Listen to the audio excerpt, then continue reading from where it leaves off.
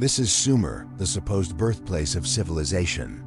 The place where humans first built cities, developed writing, crafted laws, and began turning the world into something ordered. It's where the history books say everything started. But what if that's not true? What if Sumer wasn't the beginning at all, but a restart, the aftermath of something far older that was wiped clean by catastrophe? Because all across the world, strange clues are hiding in plain sight, ruins older than they should be. Flood, myths that echo across every continent, forgotten structures buried under layers of time and earth. Could they be the remains of a lost world, erased by disaster, remembered only in fragments? And if so, what else have we forgotten? Missing an entire chapter, maybe more. And not just any chapter, but the one that explains everything that came before. Without it, we're left in the dark about who we really are, where we came from, and what we might be repeating. Because if there was a world before ours, one advanced, organized, and capable, and it was destroyed by something massive, then history isn't just a timeline. It's a warning, one we've ignored, one we could be walking straight into again. For most of us, the story of civilization begins in the Fertile Crescent, a sweeping arc of rich soil stretching from the Persian Gulf through modern-day Iraq, Syria, and Egypt. At the heart of it all was ancient Sumer, a collection of city-states that began to emerge around 4000 BC. This is the textbook version, the one found in history classes, museums, and scholarly articles. It tells us that civilization, as we define it, was born here. That this is where humans first began to organize themselves into something bigger than scattered tribes or nomadic bands. In Sumer, the first cities rose, the first governments formed, and the first written records were carved into clay. It was, according to the mainstream narrative, humanity's first great leap forward. The Sumerians are credited with inventing almost everything that makes a civilization, and in many ways, they did. They built cities like Uruk, Eridu, and Ur, each one with temples, administrative centers, irrigation systems, and walls. These weren't temporary settlements. They were sprawling, permanent hubs of life, commerce, and culture. Uruk alone may have had over 40,000 residents at its peak, a staggering number for its time. People lived in houses made of mud brick, worshipped gods in ziggurats that towered over the skyline, and traded goods across long distances using river routes and early road systems. This wasn't just survival. This was planning, structure, and vision. According to historians, what made this moment revolutionary wasn't just population density or agriculture, it was organization. The Sumerians created administrative systems to manage land, food production, and labor. They recorded transactions, wrote down laws, and cataloged myths. They kept time, tracked the stars, and developed a calendar. These weren't just practical tools, they were symbols of a society thinking beyond the day-to-day. In a world where most humans were still hunting, gathering, or farming in isolated villages, the Sumerians were thinking in terms of cities, states, and systems. This view of history is widely accepted, taught, and reinforced by archaeology. The evidence supports it.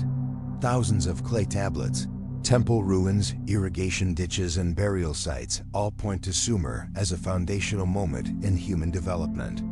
It was, in the eyes of scholars, the beginning of everything that would follow. Government, literature, religion, commerce, war, and bureaucracy. This is the narrative we've inherited, the idea that before Sumer, there was little more than scattered tribes and oral stories, and that after Sumer, the human experiment truly began. It's clean, linear, and easy to follow. But is it the full story? When we think of what makes a civilization, real civilization, we usually mean four things: cities, writing, law, and agriculture. And in the traditional narrative, Sumer checks every single box.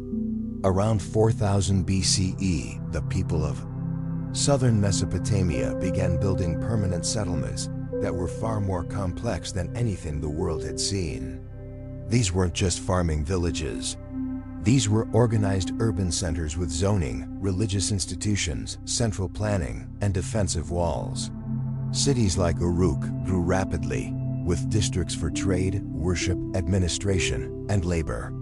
The people built multi-room homes from sun-dried mud bricks, laid out narrow alleyways, and constructed enormous temples called ziggurats that dominated the skyline. Everything pointed to long-term thinking, centralized power, and layered social structure. But a city is more than just buildings, it's how people communicate.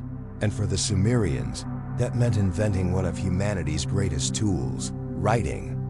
Around 3200 BCE, they developed cuneiform, a wedge-shaped script pressed into wet clay tablets using the stylus.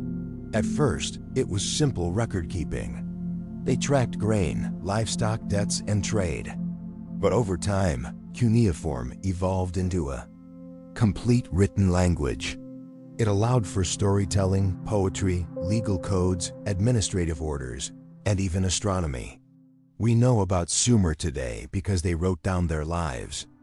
They weren't just living in the moment, they were archiving it. Nothing like this had ever existed before. And then came law. The Sumerians created structured systems of rules, some formal, some religious, some economic. By the time of the later Akkadians and Babylonians, these would become detailed legal codes like Hammurabi's, but the roots were Sumerian. These laws helped govern trade, settle disputes, and enforce social norms. They gave legitimacy to rulers and stability to the population. They separated the sacred from the secular and codified behaviors for everything from marriage and theft to debt and inheritance. Civilization, in this view, wasn't just about survival. It was about order. Of course, none of this was possible without agriculture, and Sumer thrived in a region where the Tigris and Euphrates rivers made large-scale farming possible.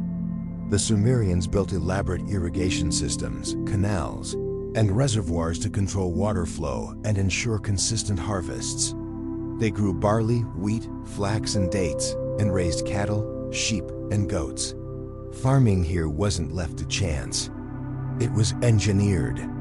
The ability to store food allowed cities to grow, freed up labor for construction and craftsmanship, and gave rise to a ruling class that could direct resources on a massive scale. It was all connected. Agriculture supported cities. Cities needed writing. Writing maintained law. And law reinforced power. This is the Sumer we're taught. A civilization that emerged from scratch and invented everything it needed to survive, thrive, and endure. It feels solid, documented, undeniable. But for some, it's almost too perfect, too complete. And that's where the questions begin. We've all heard this story before. The birth of civilization, a proud origin that begins in the sun-baked plains of ancient Mesopotamia. It's the version handed to us in textbooks, documentaries, classrooms, and encyclopedias. Humanity, once scattered and nomadic, finally comes together in the land between two rivers. There, almost magically, everything begins: cities, laws, writing, agriculture, calendars, kings, taxes, gods, empires. The pieces fall into place so neatly, like a blueprint unfolding over time. First we plant, then we build, then we rule. It's taught as a kind of inevitability, as if once people settled down and began farming, civilization was bound to happen next. It's logical, it's linear, and it feels complete. From childhood, we're told that before Sumer, humans were simple, wandering, surviving, improvising. And after Sumer, they became complex, planning, organizing, recording. There's a clear line drawn in the sand. Prehistory on one side, history on the other. And Sumer is the point where we cross it. Once writing begins, history begins. That's the dividing wall. Everything before is uncertain. Everything after can be documented, categorized, and stored away in archives. It's a comforting story. It gives us a beginning. A place to plant our intellectual flag and say, here, this is where it all started. And why would we question it? The evidence seems solid. There are tablets, ruins, temples, canals, inscriptions. It's all right there, baked into clay and stone. The Sumerians even told us their own story. They documented kings and floods, wars and gods, and cuneiform lines we can still read today. They built their identity in symbols that outlived their empire. Compared to the fragments and speculations of the prehistoric world, Sumer is loud, organized, and confident. It feels like a turning point, and for historians, that's an irresistible foundation. The story sticks because it makes sense. It fits our modern view of progress, that humans evolve step by step, from small to large, from primitive to advanced. It makes Sumer the first rung on a ladder that leads all the way to today. From Sumer to Egypt to Greece, to Rome to us. It becomes a straight line of advancement, invention, and structure. The chaos of early humanity slowly gives way to order, and Sumer is the first architect of that order. But just because a story is familiar doesn't mean it's complete. Just because it's clean doesn't mean it's correct. In fact, sometimes the neatest explanations are the ones we should examine most carefully. What if we've mistaken the first record for the first act? What if the story didn't actually begin in Sumer, but simply picked up there after something far older was lost? If that's true, then everything we thought we knew about beginnings, about timelines, about progress, starts to feel very uncertain. The mainstream story of Sumer as the birthplace of civilization is supported by extensive evidence, respected academic consensus, and a clear chain of historical development. It is not a fabrication. It is a carefully constructed narrative based on excavated ruins, translated tablets, and years of scholarship. Sumer was undeniably advanced, and its influence spread across the ancient world. To challenge this foundation is not about dismissing the work of historians, but about recognizing the possibility that the picture might be larger than we've been taught to imagine. There's nothing wrong with the story itself, but it may not be the whole story. Even within the field of archaeology, there's growing awareness that the past is far more complex than a simple linear evolution from primitive to advanced. For every artifact that fits the timeline, there's another that doesn't. A ruin built too early, a structure too sophisticated for its supposed era, or a myth that seems to echo events long before writing began. These anomalies aren't always dismissed, but they're often placed on the fringe, treated as outliers rather than parts of the main narrative. And yet, when enough outliers accumulate, it raises a fair question. Are we missing something fundamental? To be clear, no serious scholar denies the achievements of Sumer, nor the massive leap forward it represented. But the issue isn't whether Sumer mattered. It's whether something came before it that we've lost. In science, it's not uncommon for new discoveries to push timelines further back.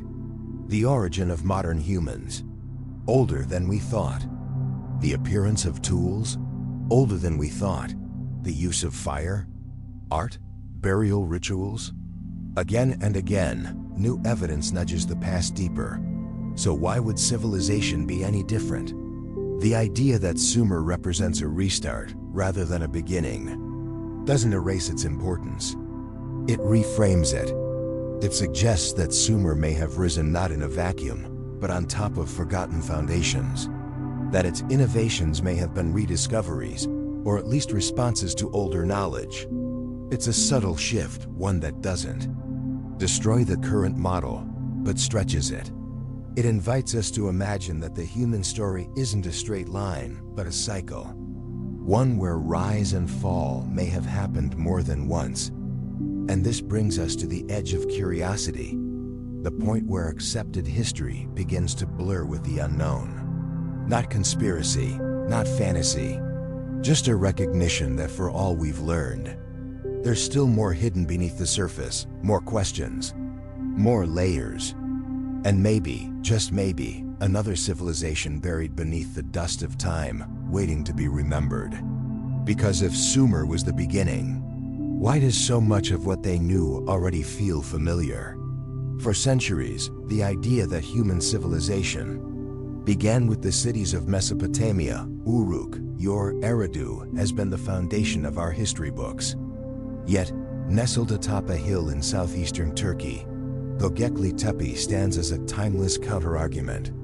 Discovered in the mid-1990s near Şanlıurfa, this monumental site dates back to approximately 9600 BCE, thousands of years before the famed Sumerian civilization arose. The sheer scale of Göbekli Tepe is startling. Massive disc-shaped limestone pillars, some reaching up to 20 feet tall and weighing several tons, form a series of concentric circles and enclosures. Carvings of animals, serpents, abstract symbols, and human arms wrap around these monoliths. Yet there's no evidence of permanent settlement, dwellings, or agriculture. Instead, archaeologists believe it was a place of ritual, of gathering, possibly the world's oldest temple, or maybe a memory-keeping site built by hunter-gatherers. Here single quotes. The real shocker: before this discovery, we thought complex monuments required civilization. Cities, irrigation, writing, and coordinated labor were prerequisites. Göbekli Tepe destroys that assumption. It forces us to confront the reality that well-organized and symbolic behavior emerged before farming and city-states. It suggests that the very idea of civilization might have been sparked by shared rituals and beliefs, not by agriculture, as previously thought. But Göbekli Tepe isn't alone in challenging the timeline. Other sites are drawing scrutiny too. Karahan Tepe, also in Turkey, is unearthed at a similar antiquity, with even larger T-shaped pillars and deeper carvings marking expressive, prehistoric art on a grand scale. Further evidence that complex design and construction existed long before writing or cities. Bankuklu Tarla and nearby settlements in southeastern Turkey have produced early domesticated crops in organized communal spaces, pushing back the dawn of farming alongside monumental architecture.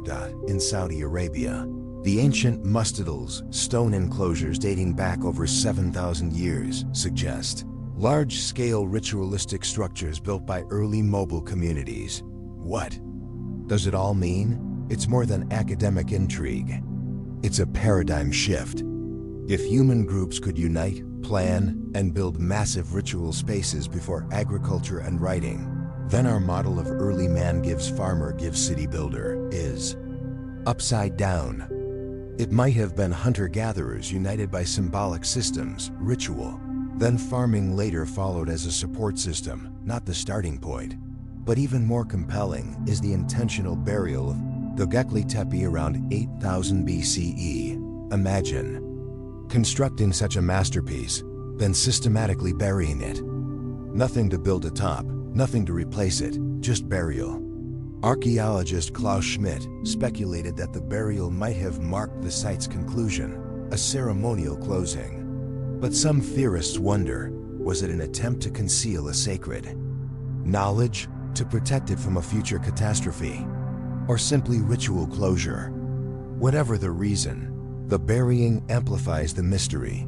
Something dramatic ended the purpose of the temple, and the memory of how it was built. These anomalies don't fit a simple historical narrative. They demand we accept that human complexity, symbolic culture, and mass coordination exist deeper in our past than textbooks admit. Rather than seeing Sumer as a singular starting point, nothing short of the rebirth of civilization, these structures point toward an earlier, advanced chapter. One that culminated, was deliberately buried and forgotten. Göbekli Tepe and its peers are neither fringe fantasies nor nationalistic myths. They are real, carbon-dated, meticulously excavated, peer-reviewed historical evidence. But they reveal a human story with missing pages. A civilization's ashes waiting for rediscovery. When we talk about lost civilizations, the conversation usually stays on land, in deserts, jungles, or mountain ruins. But perhaps the real story is underwater. For thousands of years, the Earth's sea levels have not remained constant. At the end of the last ice age, the melting of massive ice sheets caused ocean levels to rise more than 120 meters. That wasn't a gentle shift. It was a global flood event, swallowing coastlines, river valleys, and lowland settlements. Entire worlds disappeared beneath the sea, and it didn't happen in some prehistoric vacuum. It happened during a time when human beings were already forming communities, gathering in groups, and possibly building the first expressions of what we now call civilization. If they lived by the sea, and why wouldn't they? Then many of their stories, tools, homes, and memories are now underwater, erased, forgotten. Until now, across the world, there are places where the land meets the sea, and then keeps going, down into the depths, revealing structures that shouldn't exist. Not random rock formations or coral beds, but deliberate layouts, walls, roads, buildings, temples. In some places, entire cities have been found underwater, complete with streets, courtyards, and foundations that mirror the layout of later urban societies. What makes these discoveries even more intriguing is their age. Many of these submerged ruins predate what we traditionally consider the start of civilization. In some cases, they seem to align with a period just after the last ice age, when sea levels were rapidly rising. Coastal areas would have been prime real estate, rich with food, trade access, and favorable climate. If people were developing complex societies at that time, they would have built close to shorelines. And then, in just a few centuries, those same shorelines vanished. Some of these underwater ruins suggest a high level of planning and engineering. You can see carefully cut stone blocks, right angles, causeways, harbors. These aren't flukes of geology. They're signs of deliberate design, and yet mainstream history rarely acknowledges them. Why? Because they don't fit the accepted timeline. They point to a level of organization and intelligence far earlier than we're taught to expect at. It's not just the physical evidence that suggests something was lost. There's a psychological weight to these sunken places, an eerie silence that echoes through every ancient flood myth around the world. Nearly every culture on Earth has some version of the same story. A great flood that swallowed a once great land. A deluge that wiped out a golden age. Survivors who climbed mountains or fled in boats. Whether it's Atlantis, or the flood of Noah, or the submerged lands of the East and the Far East, the pattern is the same. Something rose, something fell, and the sea took the rest. For thousands of years, those myths were treated as metaphors, religious allegories, or coincidental storytelling. But now, with sonar scans and underwater archaeology, we're starting to see just how real those floods were. The waters rose, and not slowly. In some cases, they rose meters in a human lifetime. That means within a few generations, villages became lakes, cities became ocean floors. The trauma would have been unimaginable, entire ways of life lost to something no one could control. So we're left with a question. If people were building cities, ports, temples, if they had culture, trade, art, and all of it was drowned, what survives? Maybe nothing visible, maybe just legends, maybe just fragments buried under silt and salt, but maybe, just maybe, a few things remain. A few stone foundations, a submerged causeway, a sculpture peeking out of the waves. Enough to make us pause and ask, who built this and why did it disappear? Some speculate that we haven't even begun to scratch the surface of what's underwater. Most underwater archaeology focuses on relatively recent shipwrecks. But what about the older layers? What about the structures now covered in coral, buried in mud, or lying just beyond reach in deeper waters? If there was a lost civilization, or even just a forgotten era of human achievement, it may be waiting under the oceans, still intact, still whispering. We might never find it all. Some of it may be gone forever. But the point is this: The land didn't hold all the secrets. The sea did too. And if we ignore the rising waters of the past, we miss not just their lessons, but the deeper truth that our story is older than we think and far more fragile than we want to believe. Because water doesn't care about civilization. It swallows what it touches. And once it's gone, the only thing that remains is silence and mystery. There's something strangely consistent about the oldest stories in the world. No matter where you go, whether it's a desert, a jungle, a frozen tundra, or a tropical island, you'll find some version of the same tale. A world that once thrived. A people who grew too proud, or too powerful, or too careless. A sudden and violent flood. And a desperate escape to higher ground. These are not isolated myths. These are patterns. Warnings repeated across centuries, continents, and cultures. And the deeper you look, the harder they are to ignore. Why does nearly every ancient culture speak of a great flood? Why does that specific event, not fire, not drought, not famine, echo so universally in human memory? Is it possible these myths are more than just metaphors? That they are distorted but real memories of a cataclysm that actually happened? In Mesopotamia, long before the biblical account of Noah, the Epic of Gilgamesh tells of a man named Utnapishtim, who is warned by the gods of a massive flood meant to cleanse the earth. He builds a large boat, saves animals, and rides out the storm. The parallels are unmistakable. But what's more important is that this flood wasn't seen as symbolic. It was remembered as a real turning point, the end of an age, the fall of something greater. Move west, and you find similar tales among the Greeks. Atlantis, the island nation that fell out of favor with the gods and was swallowed by the sea in a single day and night. Plato didn't describe it as fiction. He said it was history passed down from Egyptian priests.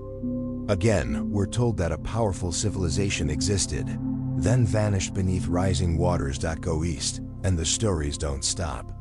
In India, the ancient texts speak of Manu, who was warned by a fish about a coming flood that would wipe out mankind. He builds a boat, survives, and begins the world again.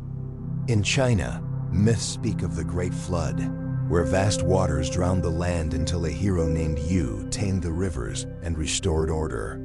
In indigenous Australian stories, the sea swallows parts of the coastline. In Native American lore, giant waves and floods are punishments from sky spirits or Earth itself. In Mesoamerica, the gods flood the world to end one of the previous suns or epochs of humanity. These are not carbon copies. The names change. The details vary, but the core remains the same: a flood, a fall, a restart. Over and over again. Now ask yourself, if human beings were living in coastal settlements after the Ice Age, and they were, and if sea levels rose dramatically, and they did, what would those people do? How would they pass on the trauma? The memory, the warning? They had no printing presses, no digital cloud, no academic journals, but they had stories. They had memory. They had oral tradition. And they passed it down, not once, not in one place, but everywhere. These stories may have started as historical memories, real descriptions of real disasters, told by survivors to their children and grandchildren. But over generations, the details blurred. The waves became divine punishment. The boats became arks.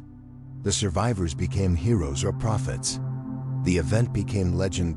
But the core truth remained. Something was lost. The world changed. And it could happen again. For a long time, historians treated these flood myths as cultural metaphors. Cautionary tales about pride, or nature, or divine justice. But what if they're not allegory? What if they're data passed down through myth because it was the only tool early humans had to preserve meaning? Consider this. Stories told for thousands of years, across multiple continents, with no contact between them, and they all warn of the same thing. That doesn't happen by coincidence. That happens when something big, something unforgettable, leaves a scar on the collective mind of our species.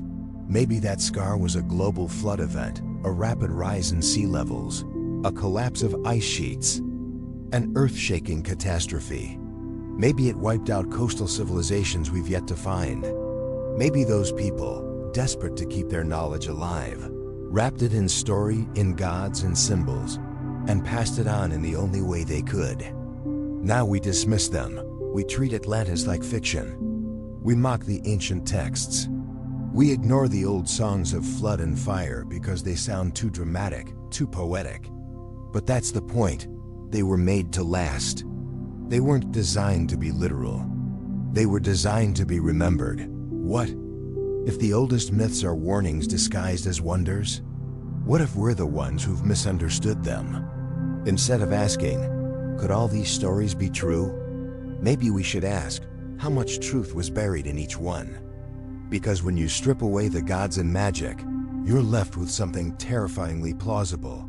A memory of a world lost, a reset forced by water, and a whisper across time. This has happened before. It can happen again. And maybe, just maybe, it already is. For all the mysteries that lie buried in the soil or beneath the sea.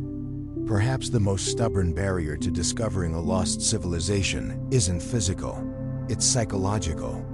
It's not that evidence doesn't exist. It's that we're not ready to believe it when we see it.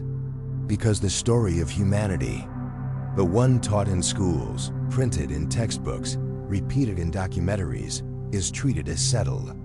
And anything that threatens that narrative is met not with curiosity, but with resistance. Why? Because history is more than facts. It's identity, it's control. It's the foundation for everything we believe about progress, technology, and human uniqueness.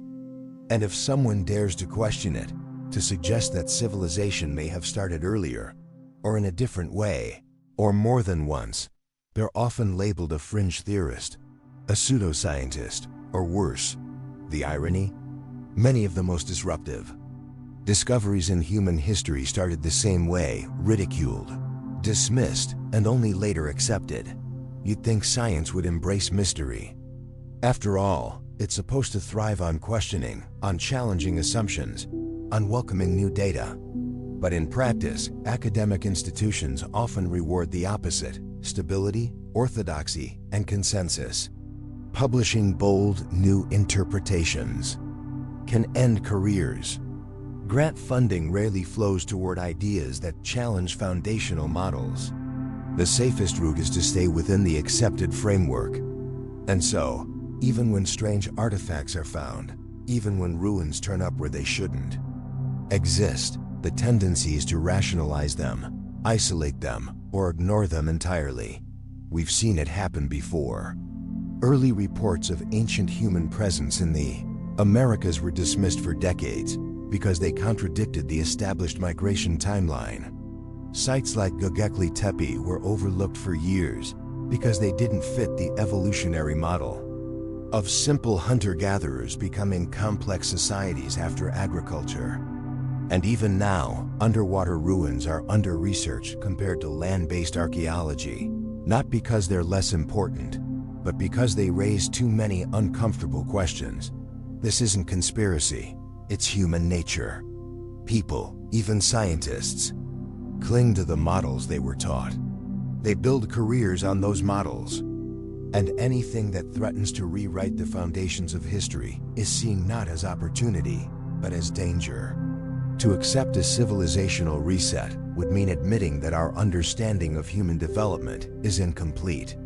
That may be the rise of Sumer wasn't the first great leap, but the second or third. That maybe human beings once climbed high, and then fell hard, and that implication is massive. It forces us to rethink how fragile our own civilization might be. It suggests that collapse isn't an exception, it's part of the pattern. It tells us that history doesn't only go forward. Sometimes it loops. Sometimes it starts again. This is not an attack on science. True science should question itself. It should welcome anomalies, because anomalies are how breakthroughs happen. But when gatekeeping replaces open-minded inquiry, we lose more than knowledge, we lose the ability to grow.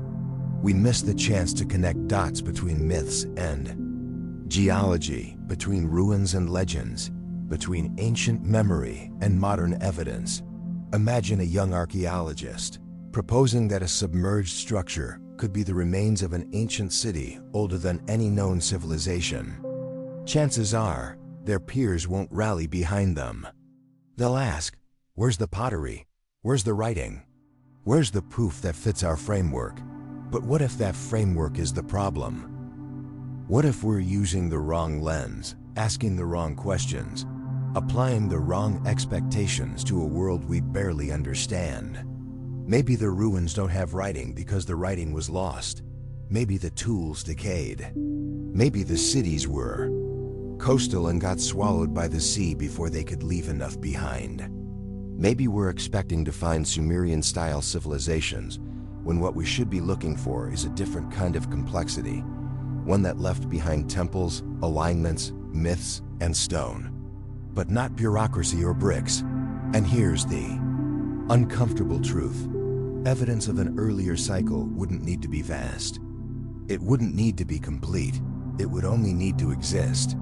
One site, one undeniable anomaly, one ruin that predates the known world and shows clear signs of intentional advanced design. In fact, we may already have that in sites like Göbekli Tepe or Under the Waves, or in deserts where time has yet to uncover what's buried. But the longer we ignore it, the longer we cling to the neat version of history, the more we lose. We miss the opportunity to understand our past more fully and to prepare for the future more wisely. Because if this is a cycle, if civilizations rise and fall not just by war or famine, but by forgetting, then the greatest danger isn't catastrophe. It's arrogance. It's the belief that we already know how it all began, that we've figured out the map of human progress, that we're immune to the same fate as those who may have come before us. And so we go on, staring at ancient ruins and calling them mysteries when they might be messages, looking at myths and calling them fantasies when they might be memories, brushing aside the outliers, the strange, the unexplained, because they don't fit, because they challenge what we think we know. But if even one of them is real, if even one stone, one story, one structure is a clue, then everything changes. And maybe that's why it's so hard to accept that if an advanced civilization existed before ours and fell, then the most haunting question isn't how they disappeared. It's what they left behind that we never found. Lost knowledge isn't just a dramatic idea, it's a practical reality. Every time a culture falls, it takes its discoveries, its solutions, its warnings with it. And if there was an entire chapter of human history erased by cataclysm, then we may be walking blind through a world they once understood far better than we do now. What if they had mapped the stars in ways that modern science is only rediscovering? What if they had models of climate, or cycles of catastrophe, or understandings of natural balance that were passed down through story instead of data? What if their knowledge wasn't in the form of code or satellites, but in architecture, in oral tradition, in stone alignments and myth? We often assume that advanced means digital, but advancement isn't always about screens and circuits. It's about understanding systems, patterns, the relationship between Earth and life. Ancient monuments like those found at Göbekli Tepe or other enigmatic sites seem to contain astronomical precision, sacred geometry, seasonal alignment, evidence that these were not primitive people, but observers, pattern readers, survivors. Imagine what kind of medicine might have been lost, what social systems, environmental principles, disaster responses.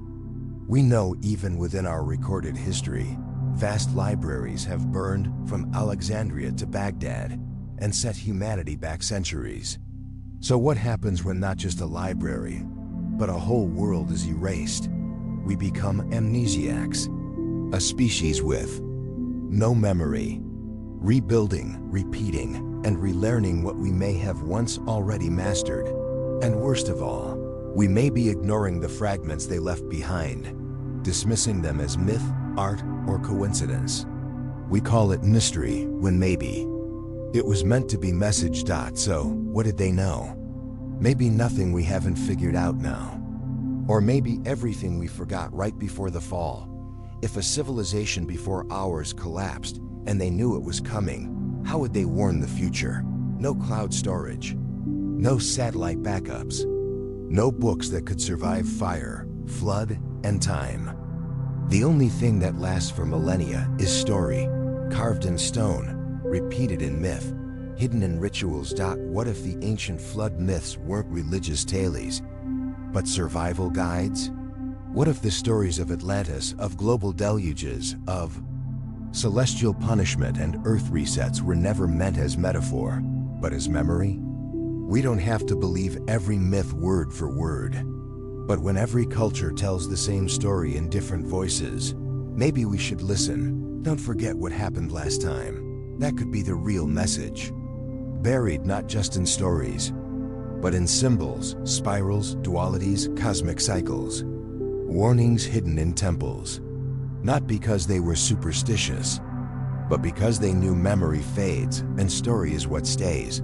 The concept of cyclical time, that civilizations rise and fall in great ages, is present in ancient Indian texts, Mesoamerican calendars, and Greek philosophy.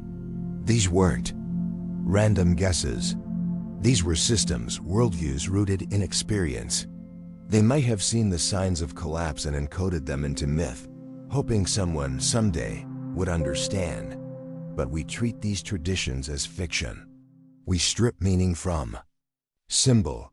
We forget that oral cultures encoded knowledge differently, in metaphor, in ceremony, in rhythm and rhyme. Maybe they warned us about the sea levels, about ecological destruction, about losing harmony with the earth, but we dismissed it all as legend. And now, as the ice melts, the oceans rise, and instability spreads, the warnings sound again. Not from priests or prophets, but from the planet itself. They may have whispered across time, "It happened to us. It will happen to you if you forget." And maybe we already did. Let's say it clearly. If a civilization before us fell, and we didn't know it, then we may be repeating every one of their mistakes without even realizing it. Rising inequality, mass consumption, environmental destruction, fragile global supply chains, centralized power, over-reliance on technology. These aren't unique symptoms of modern times. They're universal signs of a system overreaching. We've seen them in the fall of Rome, the collapse of the Maya, the disappearance of the Indus Valley culture. But if there was a forgotten civilization before all those, then this pattern is even older. Imagine this cycle. Humanity builds, expands, thrives, then ignores limits. Nature responds. The climate shifts, crops fail, systems fracture. Collapse. Commies, survivors scatter, knowledge fades. Then the cycle starts again. This isn't pessimism. It's a pattern. The more advanced a civilization becomes, the more complex it grows. And the more complex it gets, the more vulnerable it becomes to disruption. Complexity is fragile. The more moving parts, the more things that can go wrong. Our digital world is no exception. Remove power for a week and entire societies grind to a halt. Remove food supply chains and cities starve. We're one solar flare, one grid collapse, one runaway climate event away from a hard reboot. And maybe that's exactly what happened the last time. The fall doesn't always come with a bang. Sometimes it comes in silence, crop failure, migration, war, disease. Sometimes it takes a century. Sometimes it takes a year. We think we're different because we have tech. But maybe tech just delays the inevitable if we don't learn the lessons.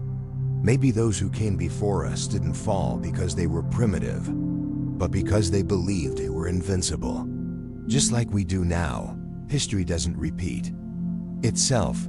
People do doubt if civilization is a cycle, not a straight line, then we're not the peak of progress. We're just the current chapter. And chapters end. Think about what's happening right now. The climate is destabilizing.